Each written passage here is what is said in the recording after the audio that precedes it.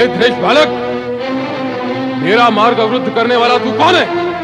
मेरे स्थान पर खड़े होकर मुझसे प्रश्न करते हो कि मैं कौन हूँ? पहले बताओ कि तुम कौन हो? मैं महादेव हूँ। मुझे भीतर जाना है। आप महादेव हो, आदिदेव हो या परम देव हो अथवा देवों के भी देव हो, इससे मुझे कोई संबंध नहीं। मैं आपको भीतर नहीं जाने दूंगा। क्यों? माता की आज्ञा है। कौन हो तुम और कौन है तुम्हारी माता? जो मेरी माता के विषय में नहीं जानता वो कुछ भी नहीं जानता, और जो कुछ भी नहीं जानता उसे मैं नहीं मानता। अत्यंत प्रिय बालक हो तुम। बालक अवश्य हूँ, पर अपने नियम का कट्टर पालक हूँ, और उनमें से भी नहीं हूँ जो अपनी प्रशंसा सुनकर अनुचित कार्य करने वालों को अनुचित ढंग से मार्ग दे देते हैं। ये तो तुम्हारी कर्तव्य निष्ठा है। अब मुझे भीतर जाने दो। मेरे कर्तव्यनिष्ठ होने और तुम्हारी कर्तव्यनिष्ठा में विश्वास करने से आज्ञा और मर्यादा का उल्लंघन करने का मार्ग तो नहीं खुल जाता, बल्कि मार्ग अधिक कठिन हो जाता है। माता की आज्ञा के बिना कुछ भी संभव नहीं है। नाम तो बताओ अपना और अपनी माता का, जिसकी आज्ञा से तुम यहाँ खड़े हो। अरे अखिल ब्रह्मांड की अधिष्ठात्री हिमालय सुता उमा भवानी शिवा देवी पार्वती माता को तुम नहीं जानते? मैं उनका पुत्र विश्वेश्वराय गौरी सुताय गणपति गणेश। गौरी सुत? मुझे अब तक याद नहीं कि गौरी ने तुम्हें कब जन्म दिया। याद होगा भी कैसे? मैं तो अजन्मा हूँ, शुद्ध बुद्ध नित्य मुक्त। तुम जाकर अपनी माता से पूछ कर आओ कि महादेव बाहर खड़े हैं और भीतर आना चाहते हैं। तुम अनुमति लेकर आओ, तब तक मैं यहीं खड़ा हूं। हे जटाधारी महादेव, आप अवश्य ही परम ज्ञानी बुद्धिमान दिव्य पुरुष होंगे, पर निरा बुद्धिहीन तो मैं भी नहीं हूँ। आप मुझे मेरे स्थान से हटाकर मुझे मेरे कर्तव्य से भी हटाना चाहते हैं। जैसे मैं यहाँ से हटूंगा आप भीतर प्रवेश करेंगे। नहीं नहीं नहीं, मैं यहाँ से कदापि नहीं हटूंगा। हटी बालक, तू हटेगा कैसे? माता ने डटने के लिए कहा है, हटने के लिए नहीं। ये किससे पाला पड़ गया कैलाशपति? तू जानता है 14 ब्रह्मांडों में मेरे मार्ग को अवरुद्ध करने का दुस्साहस कोई नहीं कर सकता। तू बालक है इसलिए। नहीं तो क्या युद्ध करने का विचार है? आ जाओ। बालक छोटा मुंह और बड़ी बात करता है। बड़ों के मुंह से बड़ी बात निकलेगी नहीं, छोटों के मुंह से आप बड़ी बात निकालने दोगे नहीं तो बड़ी बात जाएगी कहाँ? वैसे युद्ध के विषय में क्या विचार है? वाचाल, हट जा नहीं तो। बालक पर वार करना उचित नहीं। मेरे गण तुझे मेरा विचार बताएंगे, मेरे गण तुझे सद्बुद्धि देंगे। गणेश को गण सुबुद्धि देंगे? बंद करो ये सब। आप क्रोध में हैं स्वामी?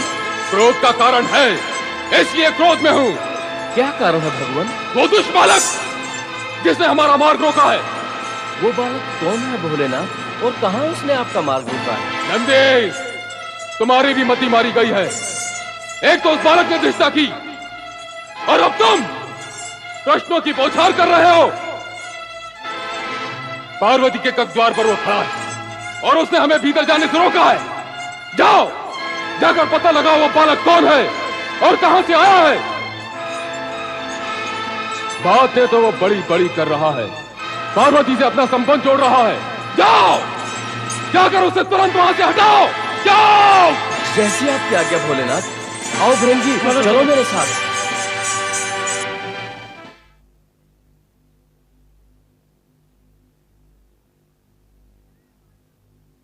जय माता की।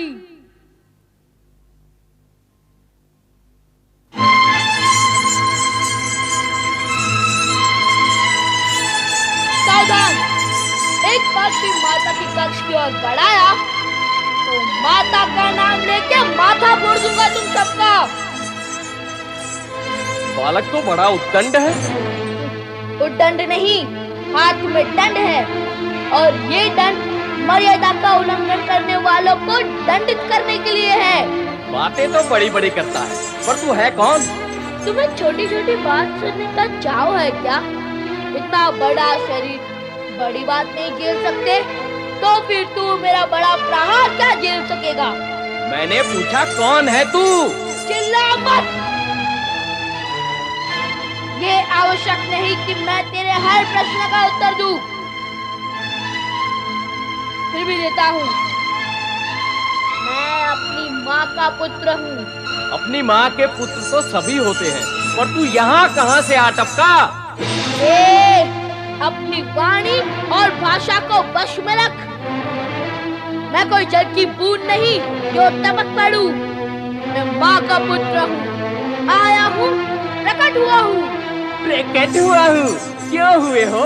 किसने कहा था प्रकट होने के लिए? किसने कहा था प्रकट होने के लिए? अरे उत्तन, अपने से बड़ों की नकल करता है। बड़ों की नकल करने की ही रीति है, छोटों की नकल बड़े करे ऐसा नहीं होता है। बातें तो बड़ी बुद्धिमानी की करता है। कार्य और भी अधिक बुद्धिमानी का करता हूँ। नहीं, कार्य तो तूने दुष्टता का किया है। कैलाशपति भगवान शिव शंकर को माता पार्वती के कक्ष में जाने से रोककर तूने उनका अपमान किया है। भगवान भोलेनाथ की आज्ञा है कि तुमको यहाँ से हटा दिया जाए। मुझे क्या हटाओगे? पहले मेरे पग को तो तनिक खिला के दिखाओ। अभी तुझे गेंद की तरह उछाल देते हैं, चलो।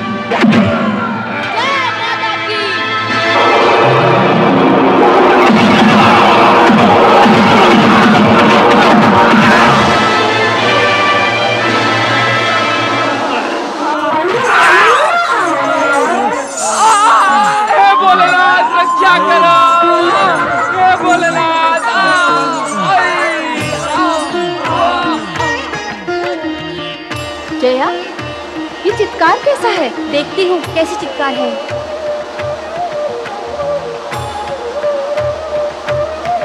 जय माता की।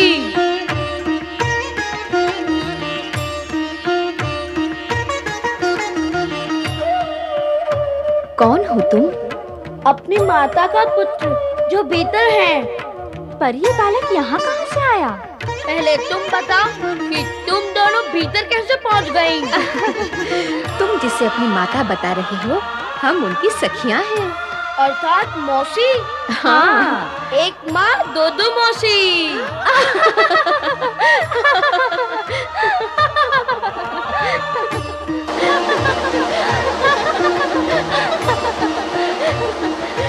तुम गई थी चित्कार सुनकर और लौटी हो हंसते हुए, क्या हुआ?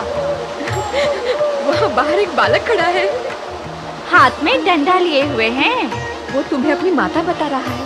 वह सत्य ही कह रहा है। क्या? हाँ, मैंने ही उसे जन्म दिया है।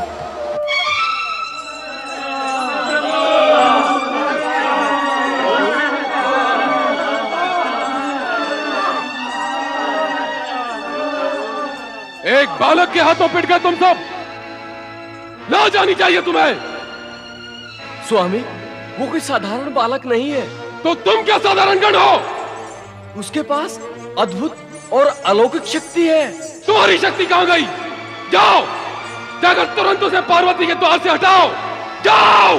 भगवान, वो फिर भी ना माना तो तो देवी पार्वती से कहो उसे वहां से हटाए। जाओ।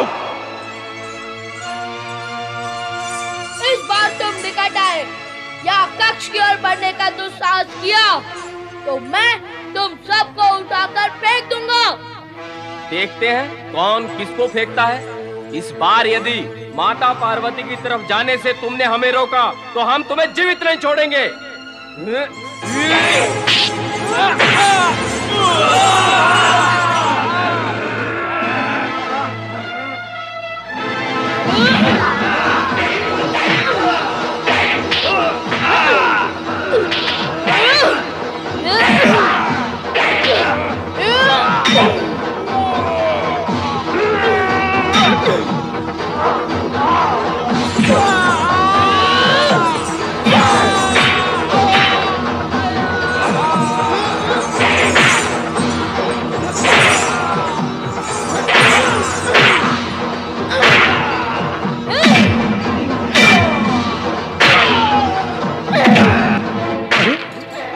कैलाश पर कैसी विचित्र लीलाएं हो रही हैं और भगवान शिव मौन है। देवर्षि, मेरा विचार है कि हमें तुरंत कैलाश पर चलकर स्थिति का ज्ञान करना चाहिए। उचित है देवराज। चलो हम शिवजी से ही पूछते हैं ये क्या हो रहा है, क्यों हो रहा है। नारायण नारायण। कैलाशपति देवाधिदेव भगवान शिव शंकर की जय। हे भोलेनाथ, कैलाश पर यह कैसा उत्पात और आर्तनाद छा रहा है, आप इसे रोकते क्यों नहीं? प्रयत्न तो कर रहे हैं। पार्वती के कक्ष के बाहर एक उत्पाती बालक डंडा लिए खड़ा है। ना वो हमें भीतर जाने दे रहा है, ना गण को। अब एक बालक पर हम अपनी शक्ति का प्रयोग कैसे करें?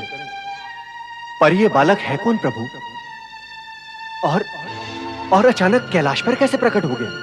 स्वयं को माता का पुत्र बताते हुए वो पार्वती के कक्ष की ओर संकेत करता है। अब वो वहां से हटे तो हम भीतर जाएं और पूछे पार्वती से कि तुम्हारा ये पुत्र कहां से प्रकट हुआ है। हे भोलेनाथ, आपकी लीला भी न्यारी है। जो माता पार्वती का पुत्र होगा वो आपका भी तो पुत्र होगा। आप तो माता पार्वती से पूछेंगे, परंतु हम सब किससे पूछेंगे? हाय भोलेनाथ, उस बालक से हमारी रक्षा करे। उसकी लाठी में अद्भुत शक्ति है महेश्वर। एक बार और उसके सम्मुख गए तो जीवित नहीं लौटेंगे।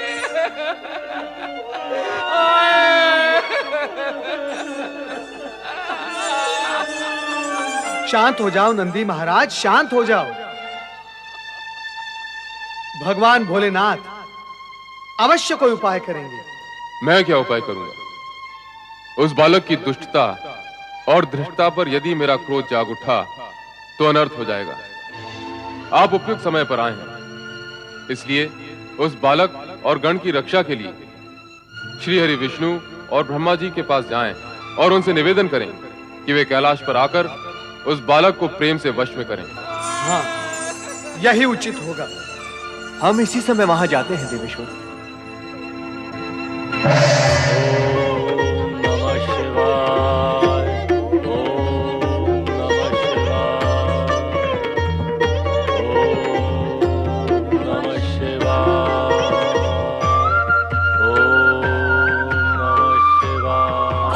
सरस्वती को प्रणाम, परम पिता ब्रह्मदेव को प्रणाम। देवराज इंद्र एवं देवर्षि नारद के साथ देवगण भी पधारे। अर्थात समस्या गंभीर है। हाँ परमपिता, समस्या अत्यधिक गंभीर है। अपनी संगीतमय वाणी में समस्या प्रस्तुत करने तथा उस समस्या का समाधान निकालने में नारद निपुण है। इसलिए नारद, तुम ही कहो कि समस्या क्या है। परमपिता, कैलाश पर एक उद्दंड बालक दंड लेकर प्रकट हुआ है। वो शिवगण को दंडित करता ही जा रहा है। वो ना तो भगवान शिव न शिवगण के रोके रुक रहा है, बस दंड घुमाता ही जाता है। कैलाश पर जहां भगवान शिव की लीला व्याप्त है, वहां इस उद्दंड बालक की उद्दंडता शिव लीला ही लगती है। परंतु जब यह विषय भगवान शिव के सम्मुख आया तो भगवान शिव ने हमें आपके पास भेज दिया। यहाँ भेजने का कारण? भगवान भोलेनाथ का हमें यह आदेश है कि हम आपसे तथा श्री हरि विष्णु से यह कहे कि आप उस उद्दंड बालक को समझाएं और वश में करें। हे परमपिता, आप तो इस सृष्टि के सृजनहार हैं। उस बालक की उत्पत्ति का रहस्य आपसे अधिक और कौन जान सकता है? उसका अचानक कैलाश पर प्रकट होना, सदाशिव का उसकी उत्पत्ति के बारे में अनभिज्ञ होना, यह रहस्य को और अधिक गहरा रहा है ब्रह्मदेव। सत्य यही है कि ये सृष्टि के कल्याण के निमित्त रची गई शिवलीला है। शिवलीला? नारायण नारायण, अर्थात हमारा अनुमान सत्य निकला। यह ऐसी लीला सिद्ध होगी जो समस्त जगत को चकित कर देगी। शिवलीला से इस जगत का कल्याण होगा, यह तो शुभ ही है, परंतु उस उद्दंड बालक का क्या उपाय किया जाए? जब सदाशिव ने तुम्हें उस बालक को समझाने के लिए मेरे और श्री हरि विष्णु के पास भेजा है, तो यही उपाय करना होगा। अब तुम सब कैलाश पहुंचो और मैं भी श्री हरि विष्णु को विष्णु लोक से लेकर कैलाश पहुंचता हूं। वहां पहुंचकर उस बालक को समझाने का प्रयत्न करेंगे। जैसा आप उचित समझे ब्रह्मदेव। हर हर महादेव, हर हर महादेव। नमन स्वीकार करें परमपिता, और श्री हरि विष्णु आप भी। कल्याण भव। चंद्रदेव, तुम इस समय यहाँ? हाँ परमपिता, प्रभु भोलेनाथ के दर्शन करने चला आया, किंतु देखता हूँ यहाँ का वातावरण ही विषम है।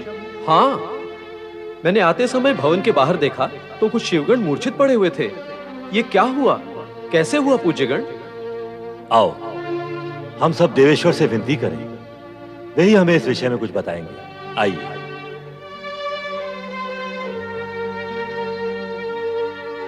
ओम नमो भगवते रुद्राय। महेश्वर, कहाँ है वो उद्दंड बालक? पार्वती के कक्ष के बाहर खड़ा है। आप सभी देवगण उस उद्दंड बालक को बस में करके कैलाश पर शांति स्थापित करें। आश्चर्य का विषय है, कैलाश में अशांति हो गई। कुमार, घोर आश्चर्य का विषय तो यह है कि भगवान भोलेनाथ की उपस्थिति में यह अशांति हो रही है। श्री हरि विष्णु जी, हमें वहां चलकर देखना चाहिए। हाँ, देखें तो ऐसा कौन सा बालक है जिसने इतना उत्पात मचा रखा है। आइए।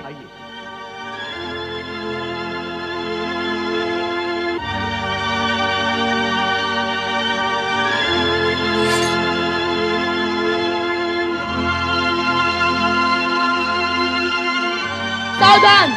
मेरी माता के कक्ष की ओर बढ़ने का प्रयत्न कोई ना करे, इसी में सबका हित है। हम कक्ष में प्रवेश नहीं करना चाहते। तो फिर यहाँ क्यों आए हो? मुझे दर्शन देने या फिर मेरे दर्शन करने? दर्शन तो तुम्हारे कर ही लिए हैं, अब तो तुम्हें समझाने का कार्य शेष है। मुझे समझाने आए हो? अर्थात मुझे नासमझ समझ लिया है? नहीं, ऐसा समझते तो तुम्हारे पास क्यों आते? हम तो तुम्हें यह समझाना चाहते हैं कि क्षमा करें पूज्यगण, समझने की आवश्यकता मुझे नहीं आपको है। उचित यही होगा कि आप यहाँ से लौट जाएं। क्यों लौट जाएं? हम कार्य पूर्ण किए बिना यहाँ से नहीं लौटेंगे, तुम्हें द्वार से हटा कर जाएंगे। देवगण, हटाओ इस बालक को।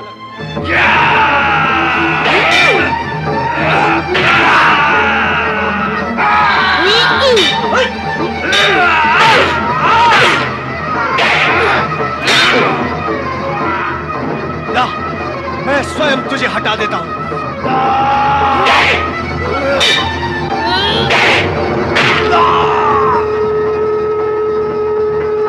मैं सृष्टि का रचनाकार ब्रह्मा हूं। मेरी बात मानकर ये द्वार छोड़ दो, नहीं तो क्या?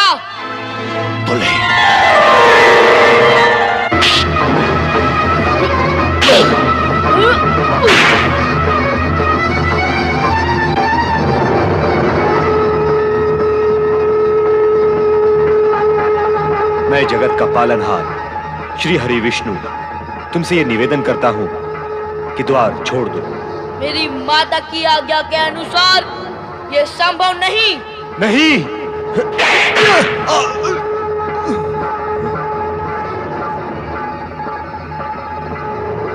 धन्य है वीर बालक, तेरा ये साहस, तेरा ये बल धन्य है। इस विनाश लीला का अंत करे महादेव।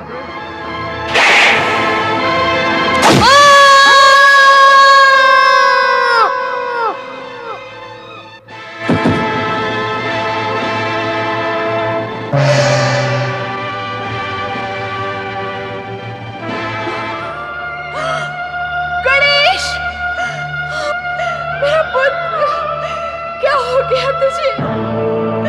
गणेश, गणेश।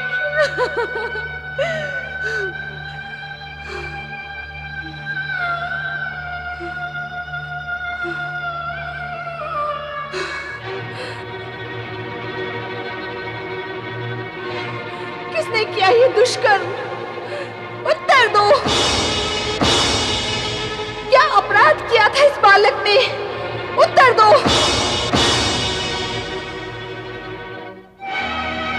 माता की आज्ञा का पालन करना क्या पुत्र धर्म नहीं? उत्तर दो।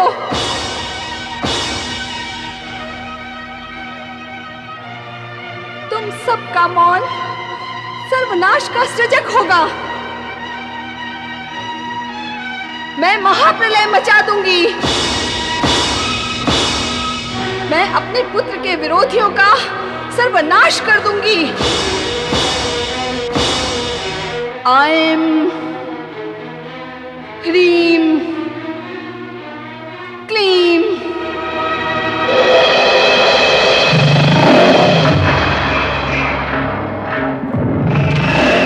कुष्मांडा देवी प्रकट हो।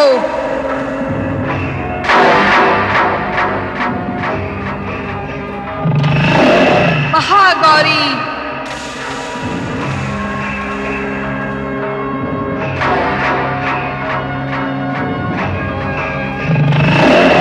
ब्रह्मचारिणी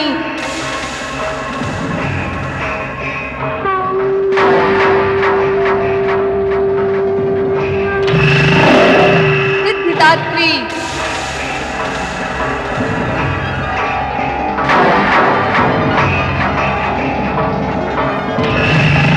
कात्यायनी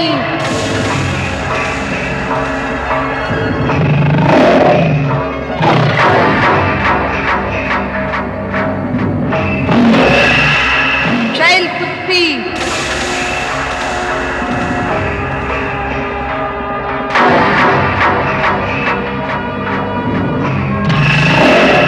चंद्रघंटा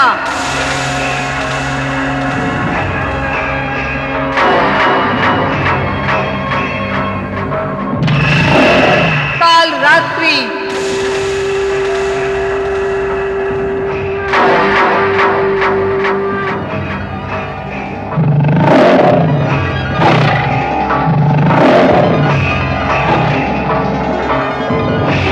हे शक्ति स्वामिनी आज्ञा दे।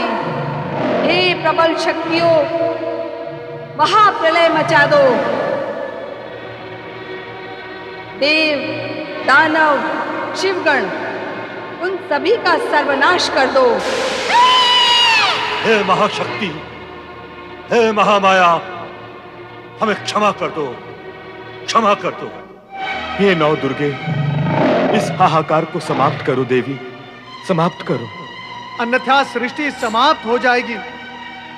क्षमा करो महामाया, हमें क्षमा करो। हे महाशक्ति, हे मातेश्वरी, जगत को सर्वनाश से उबारिए। हमारे अपराध क्षमा करो महामाया, हमारे अपराध क्षमा करो। हम आपके अपराधी हैं, हमें क्षमा करो महामाया, हमें क्षमा करो।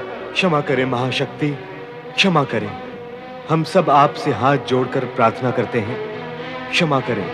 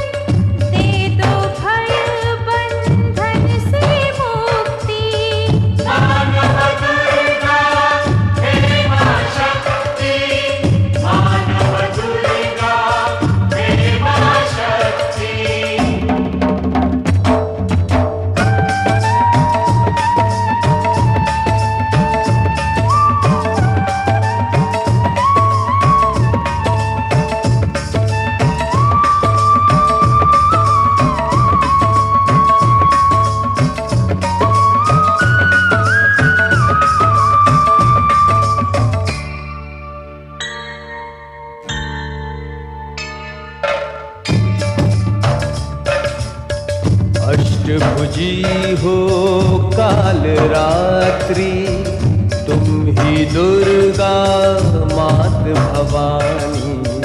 अष्टभुजी हो काल रात्रि, तुम ही दुर्गा मात भवानी। चामुंडा माँ ब्रह्मचारिणी, चामुंडा माँ ब्रह्मचारिणी। चित्रूपा तुम कल्याणी, चित्रूपा तुम कल्याणी। चिंता हर के संतुष्टि का,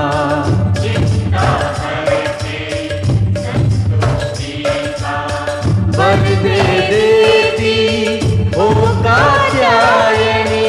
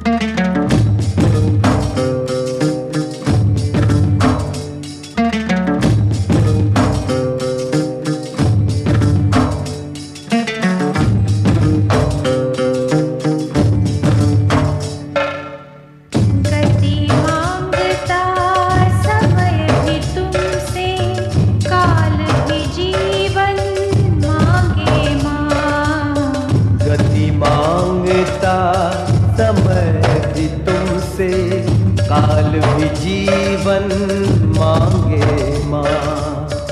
मेघ भी जल की भिक्षा चाहे, मेघ भी जल की भिक्षा चाहे।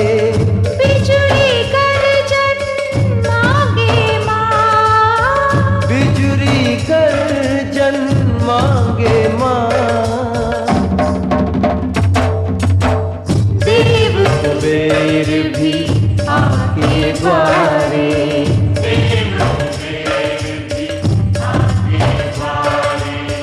तुमसे अन्न धन मांगे माँ।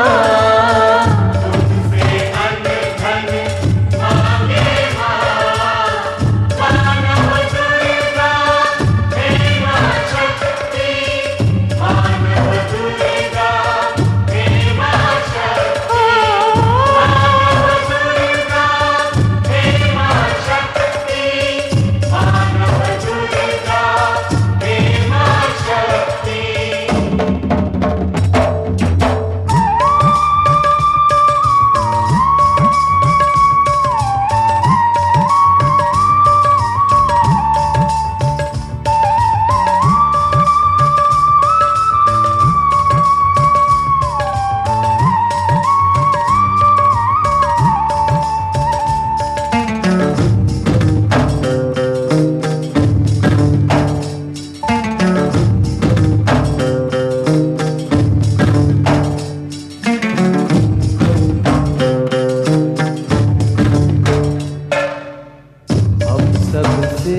अपराध हुआ है, हम सब हैं अपराधी तुम्हारे। हम सब से अपराध हुआ है, हम सब हैं अपराधी तुम्हारे। करते हैं अब क्षमा याचना, करते हैं अब क्षमा याचना। शीश झुकाए बाह पसारे, शीश झुकाए बाह पसारे। श्वासों के संग संग व्याकुल में।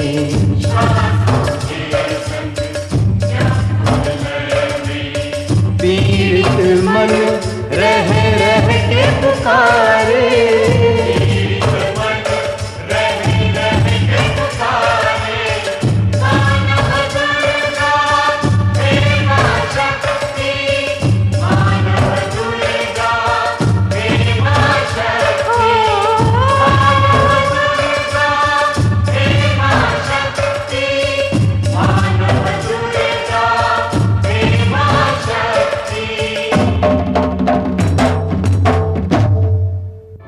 शांत हो जाए महाशक्ति।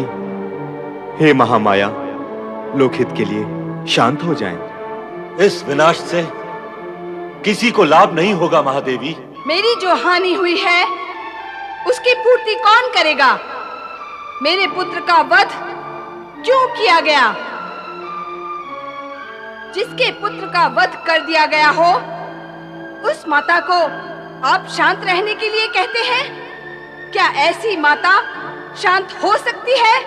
फिर आप कैसे शांत होंगी महामाया?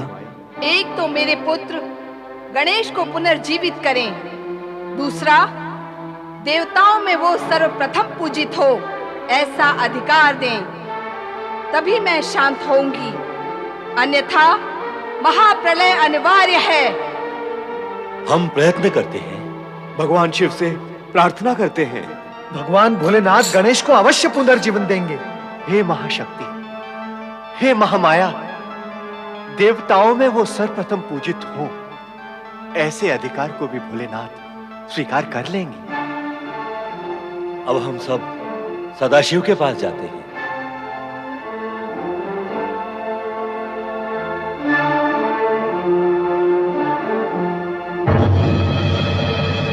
ऐं ह्रीं क्लीं